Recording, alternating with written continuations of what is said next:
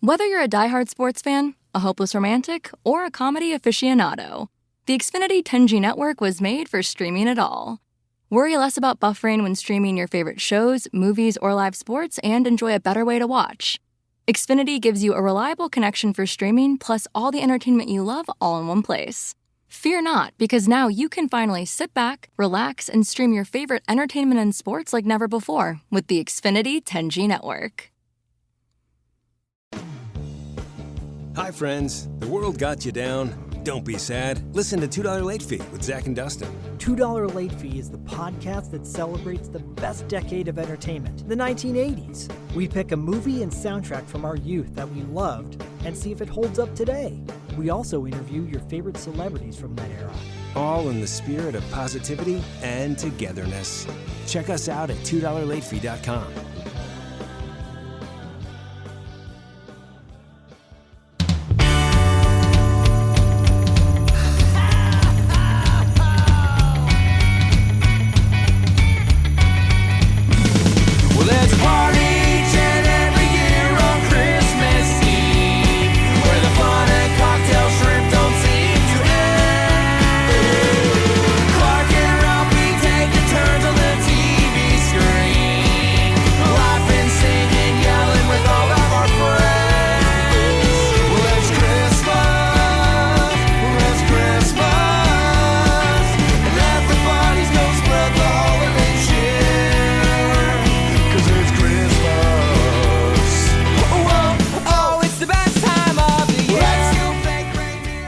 Hey, Dylan. Hey, Matt! You ready to talk about some SNL sketches? This was your call God. on this one. Favorite Christmas SNL sketches? There are a few things that get me in the Christmas spirit, like Saturday Night Live. Like, we've talked about the whole New York City setting. We've talked about how 30 Rock inexplicably makes me think of Christmas no matter what episode I'm watching. And SNL is honestly the same way. And I don't think it's out of left field. I think SNL, the season usually starts around September, right? Where everybody's starting to go back to school, much like most shows. Yeah. And that Christmas feeling is right around the corner. And by golly, does SNL have a metric fuck ton of Christmas sketches. So my idea was, because we're not going to be able to talk about every single SNL Christmas sketch, and we could make whole episodes based around single sketches. So I reserve the right to do that later, like on another episode of us. Okay. Like, hey, let's break down this sketch. Yeah. So what we want to do, what my idea was, that Matt and I, we each bring our three favorites. We're not going to get into like super in-depth conversation about each of them, because like I said, I'm assuming our favorites we're probably going to want to talk more in depth about and stuff. But I just wanted to have like a cool lean back conversation about our favorite Christmas episodes, our Christmas sketches of Saturday Night Live. So I'm thinking we kind of do this, go back and forth, unless that works. No, that works for me. Sweet. And I'll be honest, I had written down 6 specifically. Okay. So if you pick something that's in my top 3, I will say that was in my top 3, and we'll swap it out with one of the other 3 that would be an honorable mention. Okay. All right. The thing I struggled with the most was putting things in order. I have an order figured out for myself anyway, which is essentially I've got one that I'm feeling like it's almost like a draft. There's one where I need to claim it for the draft. Okay. The rest I could care. As long as we talk about it, I'm happy that one of us brings it up. And my picks are not necessarily the funniest ones, but ones that made me feel good watching. Okay, mine are definitely leaning more towards funny. Okay, so let you kick us off. Are you starting with number 1? Yeah, I'm going to start with my number 1 to get it out of the way. Okay. When you texted me SNL sketches, immediately the "It's a Wonderful Life" delete it scene really came to my mind. First of all, you know how much I love "It's a Wonderful Life." I do. I also love Dana Carvey, specifically Dana Carvey's like spot on Jimmy Stewart impersonation. Yeah. And the idea of taking this beautiful, wholesome movie and then like at the peak of its wholesomeness, just being like, I just remembered where that money went. And then it just turns into like an angry mob beating the shit out of Mr. Potter. It's such like a fantastic juxtaposition of everything that movie represents. I mean, it's absolutely incredible. I feel like we've definitely talked about this sketch before on here. It's so fucking funny to me. Like it is something that I saw that sketch before I saw It's a Wonderful Life. So for a long time, I was like, Same here. And I didn't really get it. I'm like, yeah, this is kind of funny. They're beating up, whatever. Then when I watched It's a Wonderful Life and went back and watched that sketch, I was like, holy shit, that is so funny that it's like the idea that there's this deleted scene that essentially erases everything that the movie is about in like a matter of minutes. But yes, that is my, I would be remiss if I didn't claim that one for myself. But all right. My number one. And it's so strange because it's not a comedy angle at all. I mean, it's kind of funny, but not really. My number one is Horatio Sanz, Chris Kattan, Jimmy Fallon, and Tracy Morgan. I Wish It Was Christmas Today. I Wish It Was Christmas Today. That was my number two. That was my number two on the list. Makes me tear up. And I'm oh my God. I'm teared up as we talk about it. That song, just it is the sonic embodiment of us as people. It is, dude. Yeah. It is. Like November 1st, that song is blasting in my fucking classroom. So I don't care what your mama says. Christmas time is near. And so, like the innocence on Chris Kattan's face as he's or not Chris Kattan's face, fucking Jimmy Morgan. Fallon's face. Oh yeah, as he's like just playing and he's singing along with it, and fucking Chris Kattan's doing his fucking head movements. Tracy Morgan's doing nothing. I think it's very funny. I've actually covered this song once. Really? I was playing a Christmas show, and I think I've talked about Saint Mort before. You've never really experienced Saint Mort live, I don't think. Saint Mort was this weird concept that I don't even know what to fucking call it, but it was like if you booked a Saint Mort performance at a show, you knew that you were going to get something different every single time. I never did the same set ever. Yeah. And it would always be, well, at least he tried, was going to be like the walkaway thought. So the reason I covered I Wish It Was Christmas Today, which is titled Christmas Treat for those of you really, I had no clue that was the name. There are multiple covers on Apple Music and Spotify, but the original is not on there. So that's what you got to Google when you look for it. It stemmed from a concept if I wanted to record a cover song duet with myself. Yeah. So I had a projector and all of a sudden my face from my bedroom shows up and it's just like, Merry Christmas, Matt. And I'm like, hey, Merry Christmas, Matt. And it's like, you want to do a Christmas song? I was like, hell yeah, I want to do a Christmas song. And then like, I would be playing the rhythm, and then the me on the video would play the I love it. Like, I fucking love it. And it was so goofy and so stupid, but that was my shtick. Like if I was doing a show, it would either be some crazy balls out. I got a full band to do like 90s covers where I'm like running around in a nurse's outfit covered in blood, screaming into like a megaphone. Yeah. Or it would be me with my acoustic guitar doing something fucking weird every single time. I love it. So I'm going to lean into what I think is one of the best things consistently from year one of SNL, which is their commercial parodies. Okay. And this is the newest thing on their list. I'm pretty sure this was like literally last year. It is the December to Remember car commercial one where Beck Bennett purchases a brand new car for his wife who's like, how are we going to pay for this? Because it's what goes through my head whenever I see those commercials where like the husband surprises his wife on Christmas morning and with a brand new... with a ribbon on it. Yeah, like, yeah.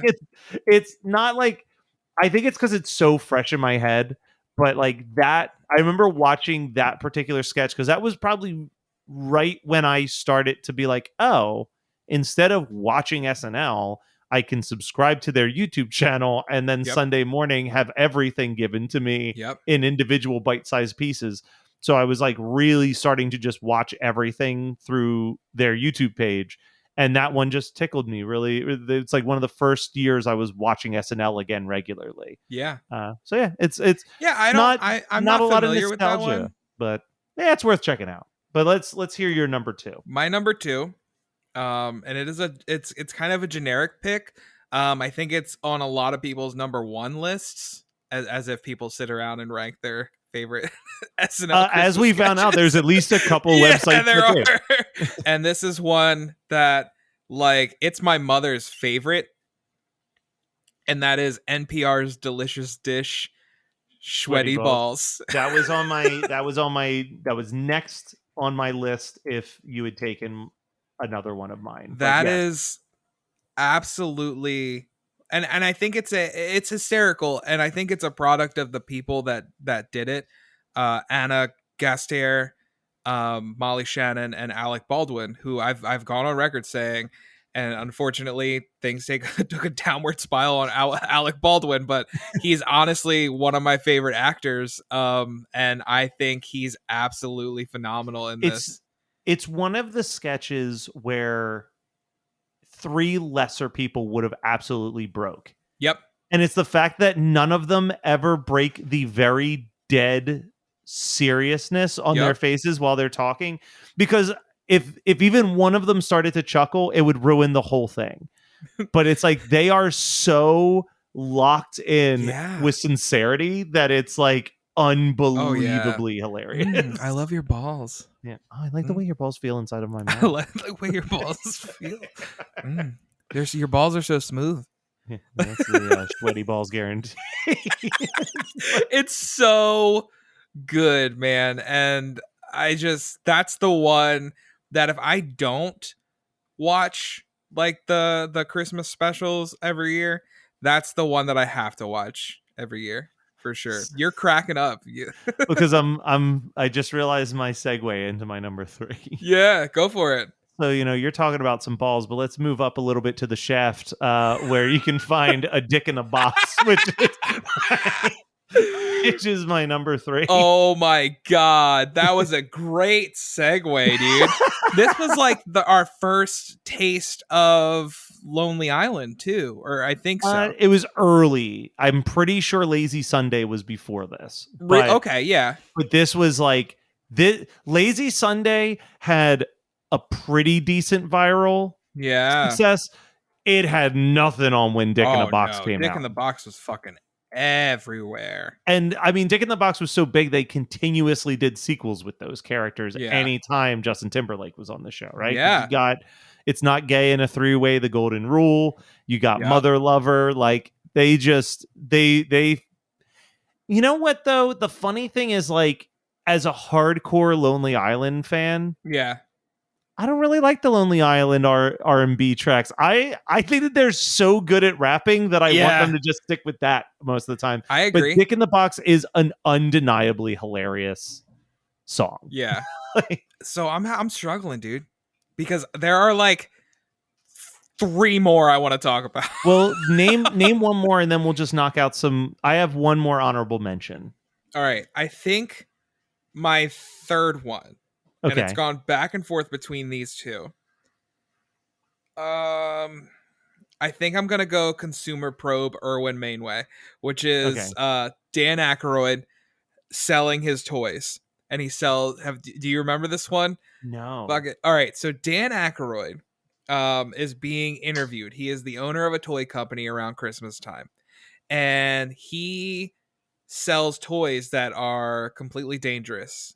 You've got Switchblade Johnny, which is an action figure where you hit the button and instead of it like kicking, razor blades pop out of its arms. And he's like, what are you going to do? It's a toy. It's an action figure. Boys play with them all the time. What are you going to take action figures away from the boys? Nah, you're not going to take action figures away from the boys.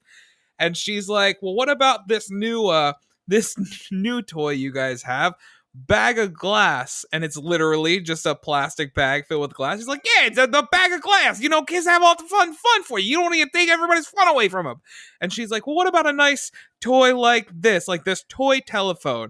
And he's like, all right, I see this toy telephone, right? I'm just going to play with this toy telephone. Look, I'm talking on the phone. I got the cord. And then he wraps the cord around his neck and goes, look, look, any kid can choke himself on it. I find that absolutely hysterical. And there's just something about it that gets me. I miss peak Dan Aykroyd. And I know all those people are really old now, and that makes me sad. Look, I am okay with it. I think that Dan Aykroyd is still doing Dan Aykroyd's thing. From everything I understand, he's still the nicest man in Hollywood. You know, I still haven't watched Ghostbusters yet. So here's my concern. Hold on. I rented Ghostbusters from Redbox and never took it back to the Redbox and still have not watched it. Oh God, Dylan. Like, I accidentally bought Ghostbusters from the Redbox. Dylan, so it's just put it on tonight. Just in a plastic case.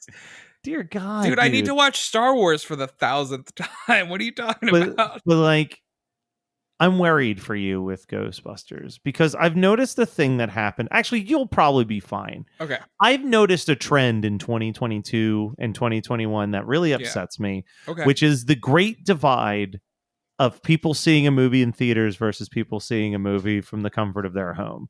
Okay. And I'm seeing this happen with the Batman now because that's hit streaming sites where it's like the people who actually pay money and sit in a theater and take in their evening of entertainment came out and they're like, this was great. And like all the people who bitch about it when they're watching at home, I know how I watch movies at home. I'm like, you're not fucking paying attention to the movie. You're passively probably watching the movie. You're dealing with Listen, man, Batman did not need to be 3 fucking hours. No, I'm not. I'm not like, look, I'm not saying Batman's a flawless movie. Okay. I'm just saying, like, I saw the same thing happen with Ghostbusters. I saw the same thing happen with Dune. Like, the people who saw Dune in theaters loved it. Yeah, I have not sat down to watch Dune yet either, but I really am looking forward to that one. But you know what I'm saying? Like, I think that because of the pandemic, I really saw this divide of like, no, there is something about seeing a film in a theater where it's like, is it Stockholm Syndrome? Maybe. Or maybe it's just because, like, for me, my phone is shut the fuck off. It's not just silence. I shut that shit down. I am unreachable for the period of time that movie starts until it ends because I am fully immersed in it. And I feel like there's so many movies that, like, if you're not fully immersed in it and you're, like, dealing with animals running around the house or, like, your kids are crying or, like, you know, having just casual conversations with the people that are with you, or you're just, like, playing on your fucking phone, like, you're not going to be as immersed to walk away and be like, oh my God, that made me feel things. And that like hit me in a certain way. I get it. My thing is, but I get people are scared to go to the theater still. And I respect that. Like but I'm just saying, like, I get it. You don't want to go to the theaters, but also don't just be like, well, everybody who saw this in the theaters is completely invalid for their opinions that it's good. All right. Because you and I both agree on this. Telling people that their opinions are invalid is fucking infuriating. Yes, it really is. It really is infuriating. I did put up something about the Batman the other day. I hope that's not what you were referencing. No. I actually must have missed that. It was over the weekend. I wasn't seeing a lot of stuff online because I was at a wedding. So my biggest issue with the Batman, and we're not reviewing the Batman, is just, again, I didn't think it needed to be 3 hours. I think there were a lot of instances where we had a lot of slow-mo shots that I'm like, bro, please, let's fucking go. But I listen, I will say that I think with the Batman, and this is the end of the Batman review section, but I think that it is not a perfect film. Anyone who's saying it's a perfect film is wrong. I have a few friends who absolutely hate it because they just thought it was so nihilistic and not what they needed to be watching at that point. And I think I feel that. That's fair. What I will compliment this movie is that I think that almost every single actor is bringing their fucking A game in their part. I think Paul Dano is finally getting some very well-deserved respect and attention. And for once, it only took, I don't know, since the 60s to have a Batman movie, the Detective Comics Batman, where he's a goddamn detective. Yes. Also, Colin Farrell fucks, dude. Dude, I had no clue it was him until I was watching the closing credits and Colin Farrell's name popped up, and I was like, who the fuck was he? I think the only other thing I didn't like was I didn't like the way the Batmobile was. I thought it was a very not fun Batmobile, but I think that was kind of the point. Like what I do like about the movie is stuff like, Batman parachuting out and like eating shit, because it's like he doesn't know what he's doing. He's not an expert. Like everything is kind of sloppy. So it's I need to watch it again. I think Teddy and I watched it at a point where it was like, hey, do you want to watch this? Yeah. Because we both felt like we needed to, because like the conversation was still happening. Yeah, I was fucking stoked. I saw it like 2 days after it was released, because I was like, see, we waited till it was here. But I'm also an anomaly, because I know you're having that conversation about people going to theaters versus people that watch it at home. I am a fucking staunch Halloween Kills defender. So. Yeah. Oh, for sure. I know you are an anomaly in that sense. No, but you're also, let's be honest, you're also not that much of a Halloween Kills defender as much as you are come on, let's not sit here and pretend this is the worst thing that's happened to the that's more, that's my stance on. I think that the Netflix Texas Chainsaw Massacre film was pretty bad, but the people were acting like it's the worst shit that's ever happened to the legacy of Texas Chainsaw Massacre. Dude, I can't. There is this movement now where people are like saying they loved Texas Chainsaw 3D, which was wild. Fucking awful. Yeah, no, that's a bad call. You know what? Another great example though, and I feel like we're getting to the point where we're going to start seeing this too. Yeah, something that you and I both love. I think that the Scream 5, like people who didn't see it in theaters and are now watching it on streaming are going to be like, this was really overhyped. This was bad. This was stupid. Like it's going to come, because they're not just sitting there being immersed into the story and the characters. They're like texting on their phone or like whatever. Yeah, for sure. All right. Sorry. Dude, what do you have any more like sketches you definitely want to mention? The only one I want to mention, I feel like for some reason, I thought you may have had this on your list.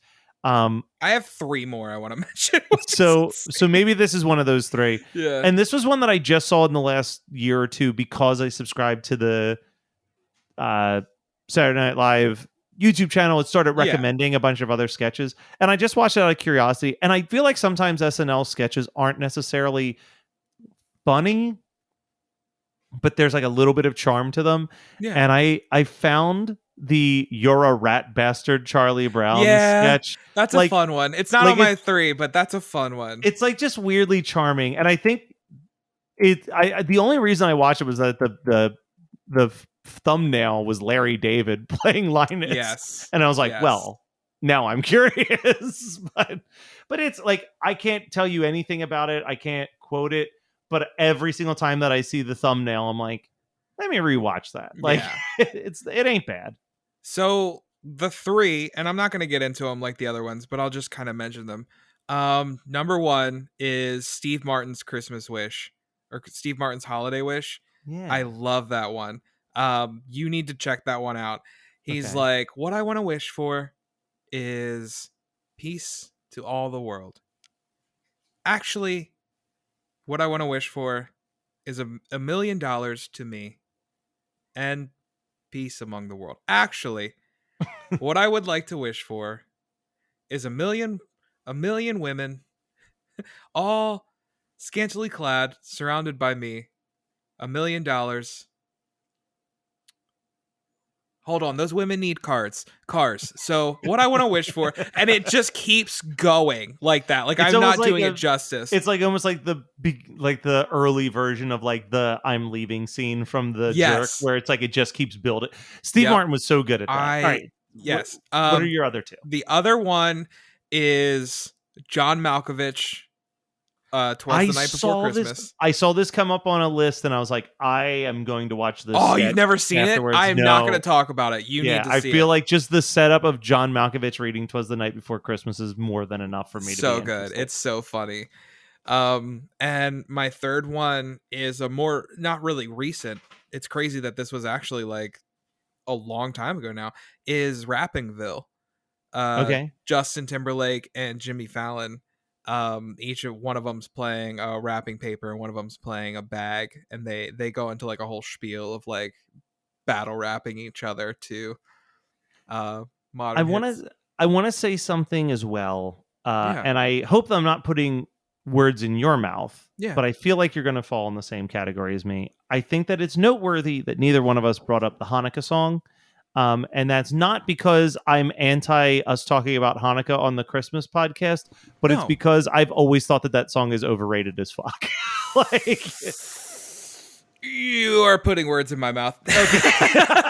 I do not. So here's my thing: is the reason I didn't say the Hanukkah song is because my version of the Hanukkah song is different from your version of the Hanukkah song. Because the version I prefer is Hanukkah song part 3. Oh, see, and I like part 2. What I'm saying is the SNL, the original SNL performance is not that good. No, I like part 3. And what I like the most about part 3 is it came along with 8 Crazy Nights, which we will talk about. I know eventually.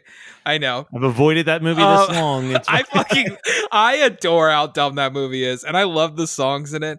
But at the end, he does a part 3 of the Hanukkah song, and there's like a live version on it that he did for SNL, and he brought out like Schneider and stuff like that. And to me, that's the one I have more nostalgia for. So I like Hanukkah song part 3, but I don't associate it with SNL as much as I do just associate it with that movie, even though I know the original was SNL. And I do want to clarify, when I say it's overrated as hell, I am legitimately talking about the actual performance on Weekend Update. I think that the recorded versions that he did live for his different albums are just better versions of that song. It's for sure. Same thing with Lunch Ladyland. The album live version of Lunch Ladyland is better than the SNL version of Lunch Ladyland. Yeah. Honestly, I could sit here. We could do a part 2 to this list. Like next year, we could. I could name so many Christmas SNL skits that I didn't get a chance to talk about. Well, I highly recommend to anyone who is like us, which I assume if you listen to this even once, you are somewhat like us. Next year around Christmas time, figure out on NBC when they're going to air the Christmas special. Because what SNL does is they take it's a 2-hour event, and they just take it's a best of their Christmas skits. There is a version of it on Hulu right now if you want, like, or maybe Peacock now. Sorry. Okay. It's on Peacock now. If you want to like give yourself some SNL Christmas cheer in the middle of May, that works for you too. But for real, seek this out. It's so cool. I love SNL, and even when it's bad, I still like talking about SNL. Yeah. So, props to that. Yeah. No, I think that we'll definitely be back. We need to. I'm saying this on the air so people can hold us to it. Yes. You and I really need to crack down. Yes. Next, by the time October, November rolls around, just like bulk recording as new shit drops. Yeah. So that even if we're not releasing it as it's in the ether, we can like really dedicate January, February, March to like our first thoughts on like when these new things came out in the previous year. I hope we get a slew of Christmas stuff that isn't like your new Netflix fucking princess bullshit. Hey, we got 8-bit. We got 8-bit Christmas. We did get 8-bit, but I feel like Christmas 2021 was lacking on the new content front. Besides, I think we got 8-bit. Like even on the Netflix front, we got like Castle for Christmas, and that was like it on like it wasn't. There was not a lot coming from anything. Well, and then you and I just both. I did finally watch the newest Home Alone movie, but you and I were just like flat out refusing. I'm not touching it. And I'm. What are your thoughts? Was it good that I refused to touch it? Oh, it's a train wreck. Okay, I mean, cool. I think we would have had a hilarious episode about it because I think it would have been no holds bar about it. But I don't ever want to watch it again. So. Oh, never mind then. Or could you do it based off of memory? If we were going to do that is the only way you'll ever get me to watch that movie again, is to do a podcast on it. You know for a fact, you and I are going to be sitting there and like, God, I can't think of anything to talk about this week. You want to just talk about the newest Home Alone movie? Fair. All right. That's probably going to be next week. Yeah, probably. Well, Dylan, yes, I don't care what your mama says.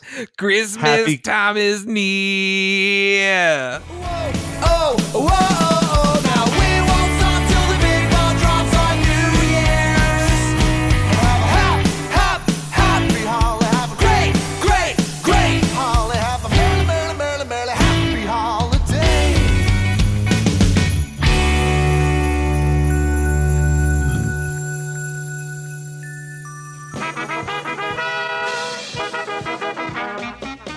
We're here to entertain you.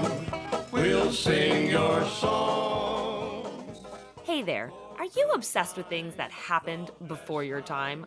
Well, if you are, join me, the host of Before My Time, Kelsey Laurie, to discuss the wonders of the yesteryears that we weren't around to enjoy ourselves. You can find us on all podcast platforms. Dixieland's a playing, soon you'll be swaying, so come on, sing along.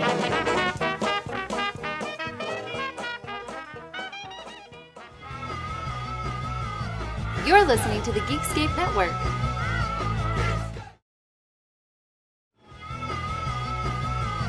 You're listening to the Geekscape Network.